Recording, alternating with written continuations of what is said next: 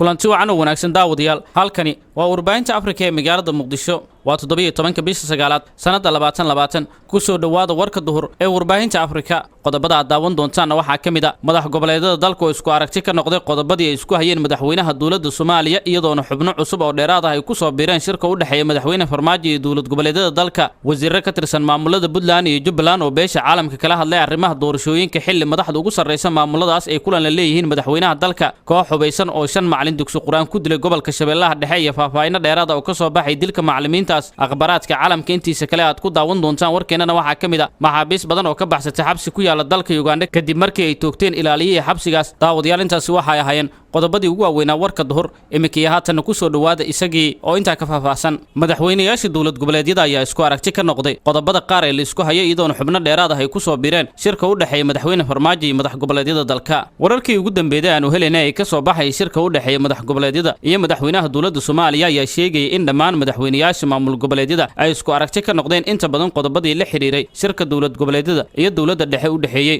ila wareedyo muhiim ah ayaa waxay sheegayaan in kulamo gaar ah oo dhinacyadu ay qaateen isku aragti ka noqdeen arrimaha doorashooyinka waxaana aragti kaliya qaba madaxweyne Farmaajo madaxweynaha Hirshabeelle iyo gudoomiyaha gobolka Banaadir dhammaan madaxweynayaasha maamul goboleedyada dalka ayaa markaan isku fahmay in siyaasad midaysan ay ku qaabilaan madaxweynaha dawladda Soomaaliya Maxamed Cabdullaahi Farmaajo kadib markii madaxweyne Qoorqoor iyo lafta gareen ay ka fogaadeen madaxweynaha dawladda Soomaaliya Maxamed Cabdullaahi Farmaajo safkiisana xilligan ay ka baxeen wararka qaar ee helinaya waxay sheegayaan in qodobada ay isku raacsan yihiin maamul goboleedyada ay kamid yihiin in la yareeyo tirada ergada codeynaysa in meesha laga saaro hanaanka xisbiyada iyo in doorashadu ay ka dhacdo hal magaalo dhammaan qodobadan ayaa u muuqdo kuwa hal ujeedo laga leeyahay oo ah in maamul goboleedyada dalka ay doonayaan in kaalin muuqata ay ku yeeshaan xildhibaanada cusub ee la soo xulayo wararka qaar ayaa sidoo kale ay sheegayaan in madaxda dawlad goboleedyada dalka ay doonayaan in awood dheeraad ah laga siiyo maamulka doorashada halka dawladuna ay doonayso in loo madax banaaneeyo guddiga doorashooyinka dalka xildhibaano ka tirsan golaha shacabka baarlamaanka Soomaaliya ayaa inoo xaqiijiyay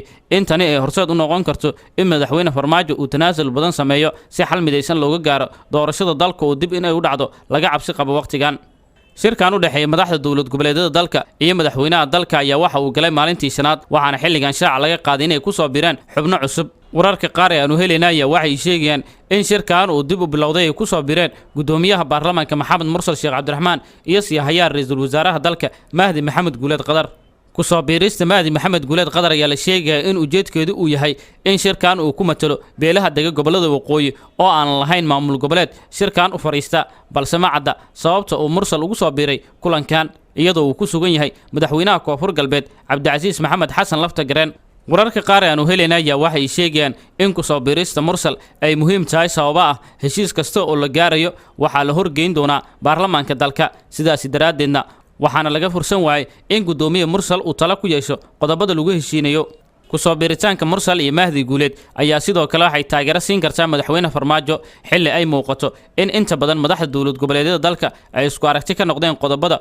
ugu xoogana ee la isku hayay xilligan wararka ayaa waxay kaloo sheegayaan in qodobada ay isku raacsan yihiin maamul goboleedyada ay ka mid yihiin in la yareeyo tirada ergooyinka codeynaya iyo in meesha laga saaro hanaanka xisbiyada iyo sidoo kale in doorashadu ay ku dhacdo hal magaalo dhammaan qodobadan ayaa u muuqda kuwa hal ujeedo laga leeyahay oo ah in maamul goboleedyada ay doonayaan in ay kaalin muuqato ku yeeshaan xildhibaanada cusub ee baarlamaanka dalka ee la soo xulayo madaxweynaha dawladda Soomaaliya ayaa qodobada qaar xilligan in uu meesha ka saaray ay tahay kuwa aysan u cuntameen waxaana qodobada ugu waaweyn ee la isku hayo shirkan hore socodkiisa meesha dhigay waxa ay tahay in madaxweynaha dawladda Soomaaliya uu la yimaaday shuruudo adag waxaana dawlad goboleedyada dalka ay si gaar ah indha uga hayaan qodobadii shirkii Dhuusamareeb 3 waxaana qayb ka ahaa qodobadaan hadda la isku hayo oo ah in tirada ergooyinka codeynaya hoos loo dhigo tiradooda maadaama ay aad u badan tahay iyo hal magaalo in ay ka dhacdo doorashada oo ah midda aad ugu weyn ee xilligan la isku hayo madaxweynaha dawladda Soomaaliya marka dhan laga eego xilligan waxa uu haystaa fursad waxaana saaxiibka ugu horeeyay ee madaxweyne Farmaajo dhinac taagan loo arkaa gudoomiyaha baarlamaanka dalka Maxamed Mursal Sheekh Cabdiraxmaan xilligan waxa uu ku soo biiray shirka u dhaxeeya dawlad goboleedyada dalka iyo madaxweynaha dalka Maxamed Cabdullaahi Farmaajo kadib markii laga fursan waayay in shirkaas lagu soo daro waxaana loo arkaa hal dhinac in uu ka yimid oo ah dhinaca madaxweyne Farmaajo oo u arka in uu yahay ninka wax furfuri kara xilligan wax ka bedelna ku sameyn kara qodobada la isku hayo maamulada Puntland iyo Jubbaland ayaa beesha caalamka kala hadlay arrimaha doorashooyinka dalka xilli madaxda ugu sareysa Puntland iyo Jubbaland ay kulan la leeyihiin madaxweynaha dalka iyadoo madaxweynayaasha dowlad goboleedyada Puntland iyo Jubbaland ay ku sugan yihiin Muqdisho misna kulan xasaasi ah ay la leeyihiin madaxweynaha dalka kaas oo looga hadlay arrimaha doorashooyinka ayaa haddana waxaa soo baxay warar sheegaya in xubno ka tirsan Puntland iyo Jubbaland ay kala hadleen beesha caalamka arrimaha doorashooyinka wasiiru dowlaha madaxtooyada dowlad goboleedka Jubbaland Xirsi Jaamac Gaani iyo wasiiru dowlaha wasaaradda maaliyadda Maxamed Cabduqaadir Cismaan oo ku sugan Muqdisho ayaa waxa ay la kulmeen wakiilka qaramada midoobay u fadhiya Soomaaliya James Iswam safiirka UK u fadhiya Soomaaliya safiirka Mareykanka ee Soomaaliya iyo safiirka midowga Yurub ee Soomaaliya labada wasiiru dowle oo ka mid ah wafdiga madaxweynayaasha Jubbaland iyo Puntland ee ku sugan Muqdisho ayaa waxay xubnaha beesha caalamka kala hadleen kobcinta dakhliga gudaha deyn cafinta Soomaaliya deeqaha adduunka ugu deeqa Soomaaliya horumarka laga sameeyay dib u habeynta hanaanka maaliyadda Puntland iyo arrimaha siyaasadda Soomaaliya ee xilligan taagan oo ay ka mid yihiin arrimaha doorashooyinka oo meel xasaasi ah maraya kulankan oo ahaa mid gaar ah ayaa xubnaha beesha caalamka waxay u ballan qaadeen in ay taageero u fidin doonaan maamulada Puntland iyo Jubbaland sida amniga dhaqaalaha iyo waxyaabaha muhiimka u ah ee bulshada madaxweynayaasha Puntland iyo Jubbaland ayaa waxay ku sugan yihiin magaalada Muqdisho iyagoo kulan looga hadlay arrimaha doorashooyinka la leh madaxweyne Farmaajo iyo gudoomiyaha gobolka Banaadir Cumar Finish dadka qaar ayaa u arkay kulankan gaarka oo ay la qaateen wasiiru dowlayaasha Puntland iyo Jubbaland wakiilada beesha caalamka ee Soomaaliya in uu yahay mid ay kaga gol leeyihiin in ay ku muujiyaan in shirka u dhaxeeya dowladda iyo dowlad goboleedyada dalka uu yahay mid natiijo la'aan wali ah maadaama xilligan ay kala hadleen arrimaha doorashooyinka koox hubaysanaya macallin dugsi quraano waxay ku dileen qaybo ka mid ah gobolka Shabeellaha Dhexe iyadoo warar dheeraad ay ka soo baxayaan dilka loo geystay macallimiintaas wararka naga soo gaaray degmada Cadalle ee gobolka Shabeellaha Dhexe ayaa waxay sheegayaan in maleeshiyaad hubaysanaysan macallin dugsi quraan ku dileen tuulada Burdheere ama Koogaar oo qiyaastii 50 kiiloomitir u jira degmada Cadalle maleeshiyaadku hubaysanaya macallimiinta waxay ku fureen rasaas xilli ay ku guda jireen subax ama quraan akhris iyaga oo goobta iskaga baxsaday durbadiiba goobjoogayaal halkaa ku suganaya waxay noo sheegeen in macallimiinta salaada subax ka hor ay bilaabeen subaxa salaada kadibna mar kale ay ku soo laabteen subaxa ha yeeshee ay la kulmeen weerarka ay ku dhinteen qaar ka mid ah macallimiinta subaxa ku jiray ma jirto cid ilaa iyo hadda loo aaneynayay in ay ka dambeeyeen falkaas iyo sababta ay u dileen macallimiinta subaxa ku jiray waxaana wararka qaar aanu helayna ay sheegayaan in loo dilay sababo la xiriira aanooyin qabiil macallimiinta weerarkaas lagu dilay ayaa waxaa lagu kala magacaabi jiray Sheekh Daahir Xasan Cali Dheere macallin Maxamuud Cambuure macallin Maxamed Xuseen Axmed Cadaawe macallin Muqtaar Cabdullaahi Cilmi iyo oday Maxamuud Xasan Cali Dheere dhammaan waxay ahaayeen macallimiinta sida bareerka ay u dileen maleeshiyaadkan hubaysan